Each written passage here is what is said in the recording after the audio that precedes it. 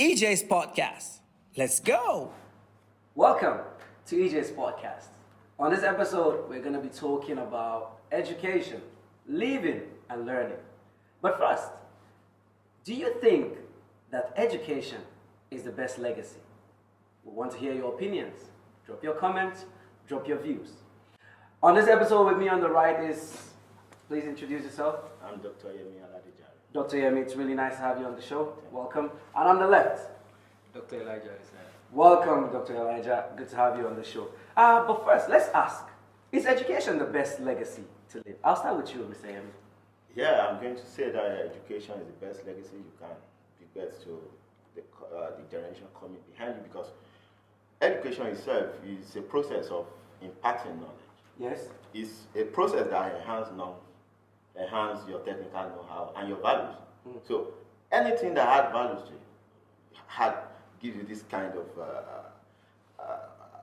a playing ground which you can leverage on to achieve greater things. So by and large, and there is a saying that a country is as good as the education it can offer its citizens. So I would say that education is the best. I like his opinion, but Dr. Elijah, in the case of people like us who didn't, end up with doctorate degrees and so on and so forth, does that mean we don't have any educational legacy? It shouldn't be mistaken.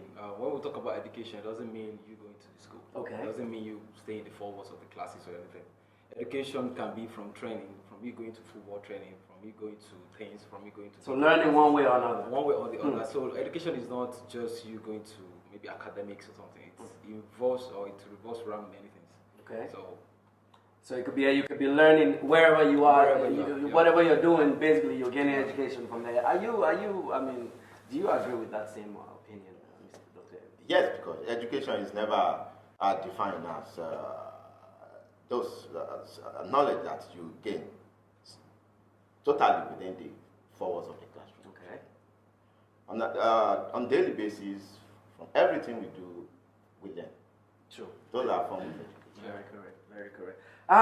Okay, I'm going to ask you though, how did you, being a doctor, you have your doctorate degrees and so on and so forth. How did you end up here? Was it a thing of a choice, or did just destiny did it just bring you here? I'll go with you, Dr. Tam. I did my BSc in Nigeria, so University of Ilorin in Nigeria. So after that, I worked for a few years, and I had it in mind I'm not doing masters in Nigeria. So I wanted a different view, a different system, and so I applied to university. But very quickly though, you didn't want to continue in Nigeria. Was it a problem of the educational system, or was it the facilities, or was it, what exactly prompted that intention of leaving to search? The education system is uncomparable. If we were talking about coming to this place, going to US or going to any, but even you see Africans going to Ghana. Africans going to Kenya. So this has to do with your own original country. Yeah, and when I did my BSc, doing the thesis and everything wasn't the way I would expect it to be. So you want to undergo a better system that will, technically you feel that you're doing something. And doesn't this conflict with your patriotism? Being if you're from your country, you should. I would think that you're proud of. Where you're from and all the system that is there. You got your BSc there. You leaving now and saying, okay, the system isn't really the best and all that. Doesn't that speak volume about your patriotism? Why is Messi not playing Argentina? What a comparison. You have to bring Messi into the conversation. Yeah. Why is Messi not playing Argentina? Why is Ronaldo not playing in the football? In their home country. Not playing in so that's nothing to do. That's to do. You have countries that are better than your country that you can develop. So you have to just acknowledge. The hand that you will go to, and it will empower you in every aspect. So it's not about me staying in Nigeria or trying to show patriotism to my country. No, it's bigger than that. It's even a form of developing yourself and going back to empower the people. Actually, I would want to ask a question regarding going back and so on. But before that, Dr. Emi, you've been someone who has traveled far and wide. You've been to different countries and all of that with experience and all. What do you think is what's the difference between our educational system in Africa and that of the one around Europe or in the States or whatever it is? Yeah, there is a big gap. There's a big gap. Like as a guy who studied in Nigeria and had the opportunity to study in Hong Kong, I see two different systems. Yeah. One, this education, the academic session in Nigeria is often truncated. True. You heard of strikes today, you heard of this tomorrow. These are the things you don't get to hear anywhere outside Nigeria. You hardly see school being closed for no reason when you leave Nigeria. True. And I must tell you, when it comes to funding education, how do you get your student trained? Like, That's the main thing. Funding. yeah, Of the students. If the institutions are not adequately funded, like what type of research? Even when the lecturers are not updated, like you don't give them, there's no enabling environment, even for the sharp ones among them to deliver, to impart knowledge onto their students. So that is the big gap. In Nigeria, for instance, your competence as a lecturer or the effectiveness of the system is not quantified. You don't quantify it. You just see people. You see lecturers get promotions 3 years. It's like a custom, like a norm. You understand? But in abroad, you see that my continuing being on the job somehow depend on the kind of feedback my students are giving. They give feedback on every course I teach. On every course I teach, they give feedback. You understand it now? So your continuation depends on what feedback. Yeah, it depends on if the system feels that you are adding value. You cannot just be collecting salary without adding value. You understand? That is the two big gaps. And if you talk about research, of course, take Finland for instance. You have a whole lot of foundational grants that even PhD students will subscribe to, and they can get several thousands of euros too. So these are things that are driven by motivation. Dr. Elijah, some will argue that this hostile environment of studying in Africa or in Nigeria, to say, actually develops your character as an individual, helps you to get stronger, so that when you get to environments like this, you get all these facilities and all, you will try. Do you subscribe to this idea? No. We don't have to make it hostile for people to learn.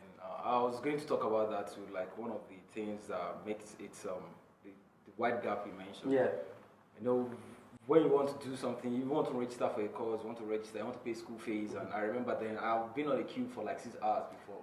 Just to pay for you have these department fees and course fees and everything. Yeah. But now, thankfully, it's better now. I think they do most of this. They have online. But even at that, if you still look at it, for example, here you get access to all the courses, all the slides and everything on the website. Yeah. There's a web that you can go to. Yeah, so you can web just be at your home. Yeah, you can study that. I don't think that's applicable in Nigeria right now. I don't think so. The internet. Yeah. So so these are some of the things that affect the education system, and you trying to be hostile to the student. Like I saw in one video, architects. So they made a sample. Every of the students made sample to the classes, and the lecturer was destroying the one he doesn't like. He was destroying it. It wasn't. That's not the way. In Finland, they are more of the education is more of constructivism. So like you encourage the student, even if the student is not meeting up with the targets. You still try to encourage them. Yeah, you still try to push them and encourage them, but not like just destroy the sample. No, this is not it. So that's one of the things I've learned. I encourage you first. Then okay, we can do better with this. Let's try this. And it works very well. To add to what it was saying, you know that there is another difference. Is, for example, in Finland, like you give assignment to your students, and it is forbidden for you to just come to class and start discussing. Oh, student here got this, student here got this.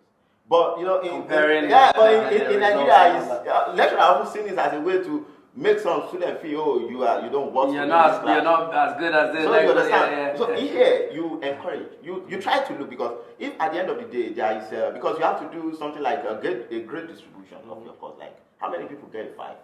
How many people get 4? But I mean, you were saying that. I mean, because if I look back at the younger age or younger days when we were in school and all that, there's always competition between you and your classmates to be better. So if you say that, not comparing the results of Mr. A and B, doesn't that kind of bring a little bit of laziness into the educational system? It has to do with the culture. Okay. Yeah. So this is a cultural thing. It's not really about. It has to do with culture. It's they don't encourage that. From early education. They try to take away healthy competition. It's something that has been working for them. There is no comparison. The system constantly seek to look for the weakness.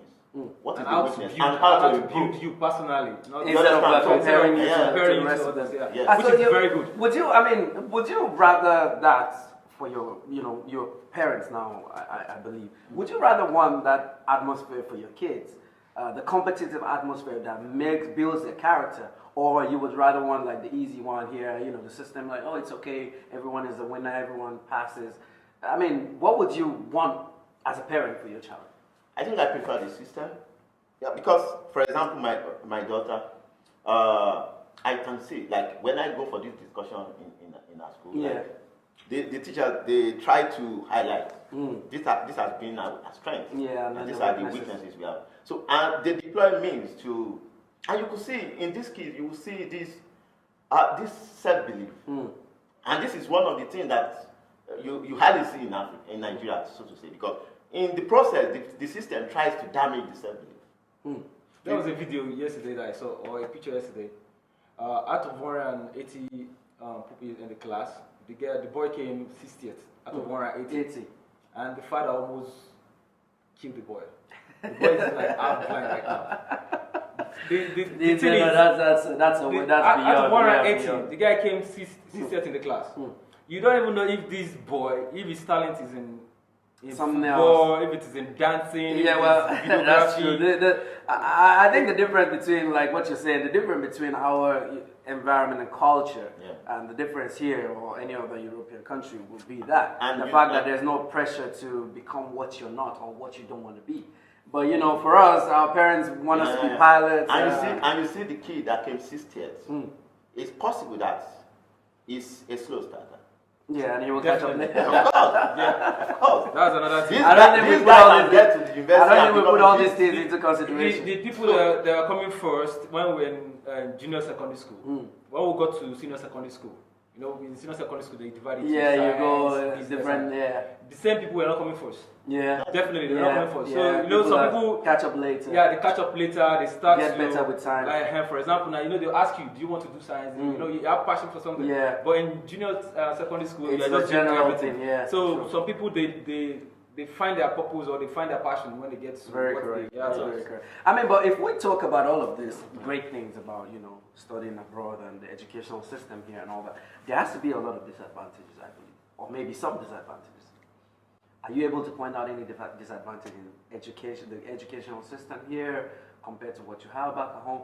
For me, I kind of like the competitive atmosphere, but not to the extreme where you have to start getting violent with your child or pushing them forcefully towards what they're not. Because I ended up as a professional football player. I went through a lot of trouble with my parents, of course. They wanted me to be a doctor or these or that. So it was a long time struggle, but still, there are a lot of lessons that you learn from that. It builds your character as an individual, mental strength, all of that. Of course, it might take time for you to be able to have your own self-will based on what you want to do, but it also depends on your character, your personality as a kid.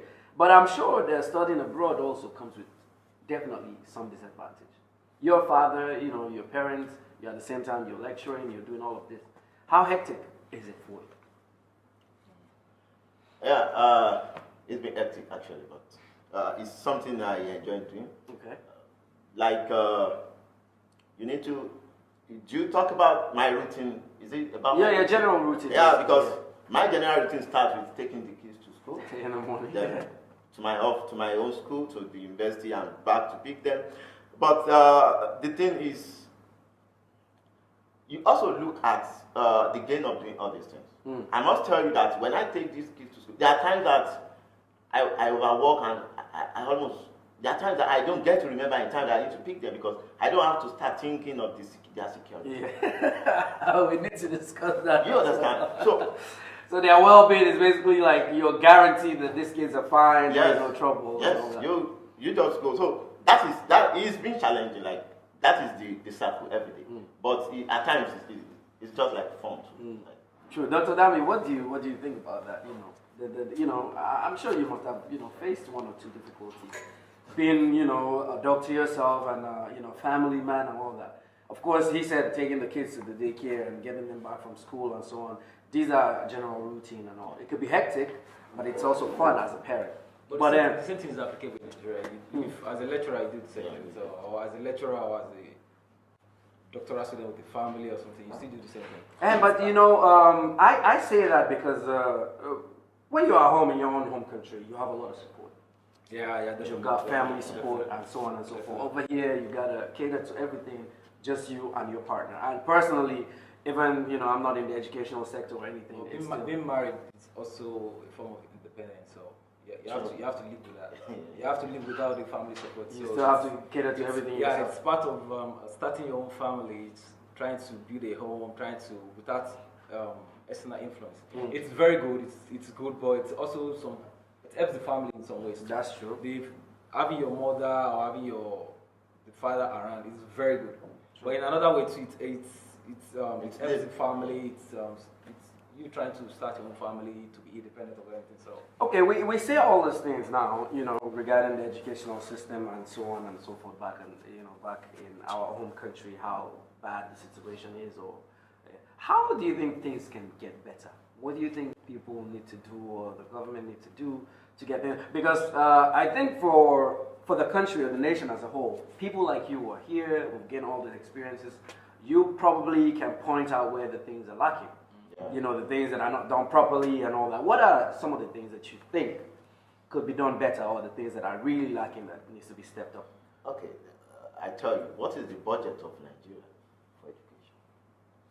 When I was going to Hong Kong in 2013 for my PhD, 32 billion.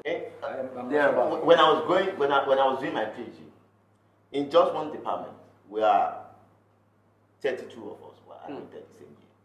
So you look at the amount and in Hong Kong we have 8 universities, and in my university there are about 40 departments. So if just one department has about 32, so you can imagine the amount of money that government. These are countries that believe that if you invest in education, you get something. The dividends is good, It's something like garbage in, garbage out. You cannot plant a tomato and you can't plant tomato seed and expect to take apple. So you think that? You understand? So you think government has to see education as a way of lifting people away from poverty.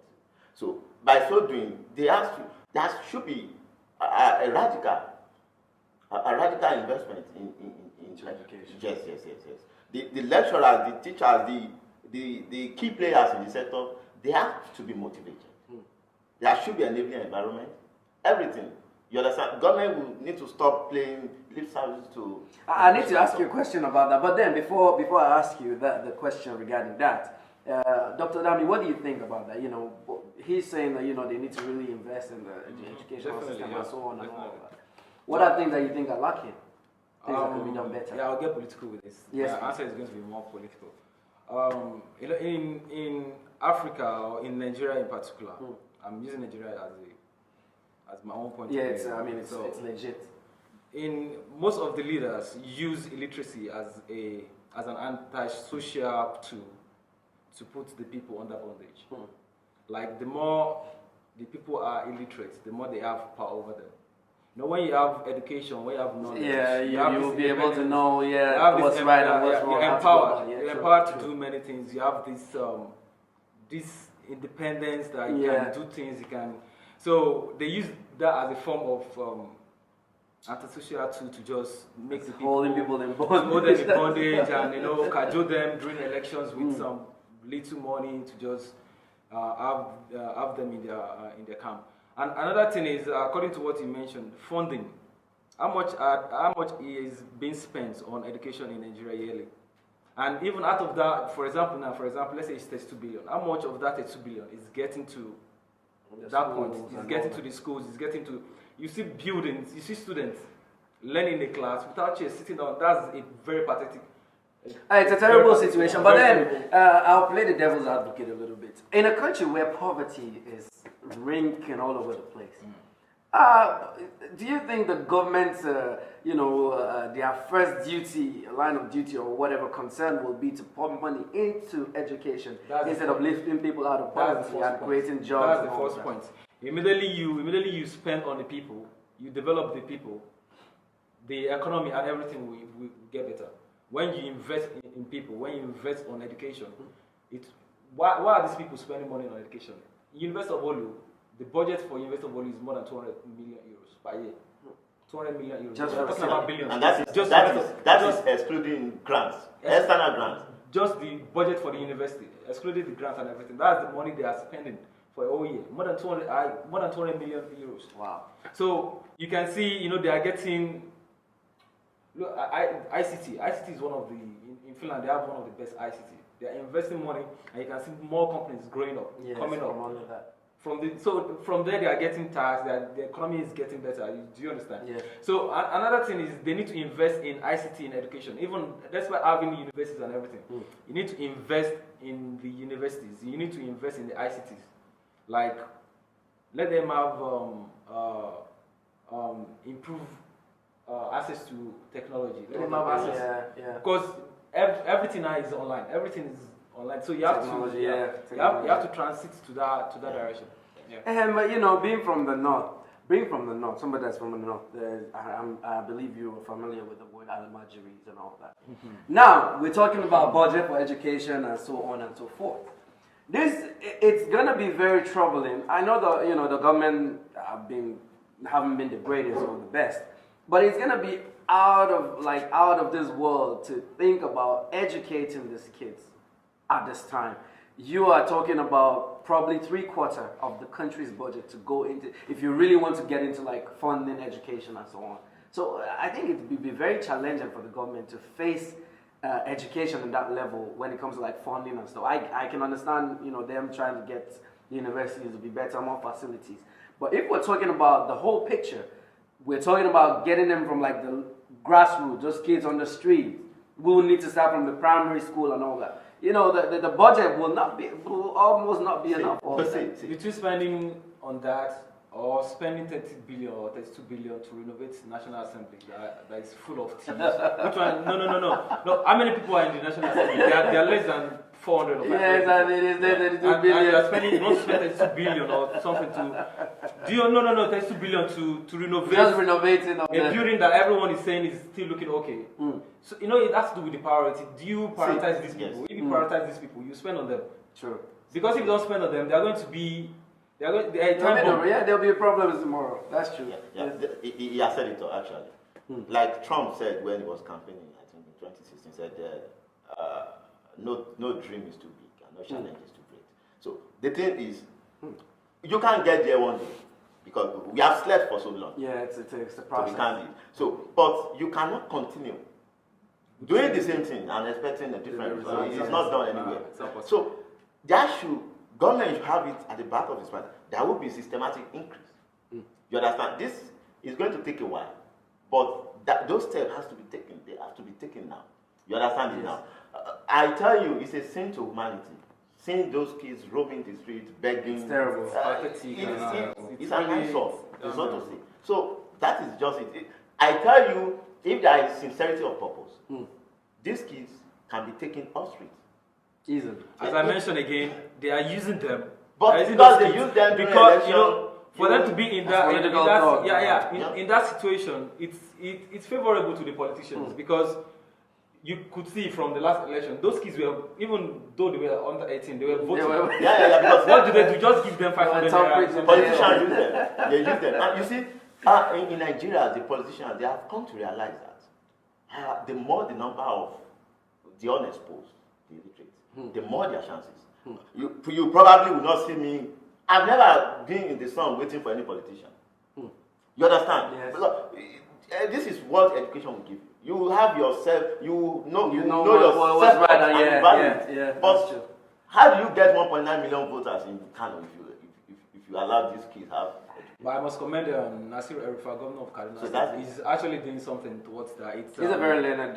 he's a very learned. doing some aspects. Some people might course, disagree with he his can. actions, No, but he's a learned But man. towards this, trying to uplift these kids, he's actually trying in that aspect. Again, Thomas Sankara was one of the leaders back then. I think it was Burkina Faso. Yes.